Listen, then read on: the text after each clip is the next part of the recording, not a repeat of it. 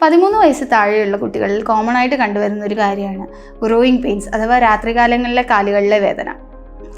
ഞാൻ doctor Sherin, കടത്തപ്പടി Caritas family ഹോസ്പിറ്റലിലെ പീഡിയാട്രിഷ്യനാണ്. Growing പെയിൻസിൽ ആൺകുട്ടികൾ പെൺകുട്ടികൾ എന്ന വ്യത്യാസമില്ല.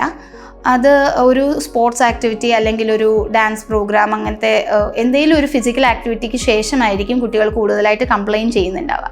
അപ്പം ഇത് വരുന്നത് കാലിൻ്റെ കാഫ് മസിൽസ് അല്ലെങ്കിൽ തൈസ് ആ ഏരിയാസിലൊക്കെ ആയിരിക്കും കുട്ടികൾ പറയുന്നത്. രണ്ട് വശത്തും കാണാം, അല്ല ചില സമയത്ത് ഒരു കാലിൽ മാത്രമായിട്ടും പറയാറുണ്ട്. എല്ലാ പെയിൻസും ഗ്രോയിങ് പെയിൻസ് ആയിട്ട് നമുക്ക് നിസ്സാരവൽക്കരിക്കാൻ പറ്റില്ല. രാത്രിയിലെ വേദനയ്ക്കൊപ്പം പനി അല്ലെങ്കിൽ വെയ്റ്റ് ലോസ്, നൈറ്റ് സ്വെറ്റ്സ് ഒക്കെ വരികയാണെങ്കിൽ നമ്മളെ അത് കൺസേൺ ചെയ്യേണ്ട കാര്യങ്ങളാണ്.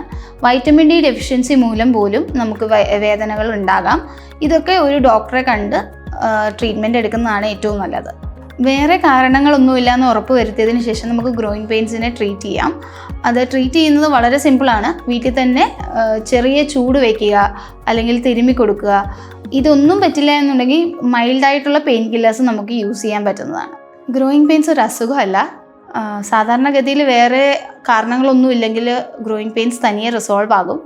ഇനി സംശയമുണ്ടെങ്കിൽ ഏറ്റവും അടുത്ത ഡോക്ടറെ കണ്ട് അതിനുള്ള ചികിത്സ നേടുക എന്നുള്ളതാണ് ഏറ്റവും നല്ല പോംവഴി.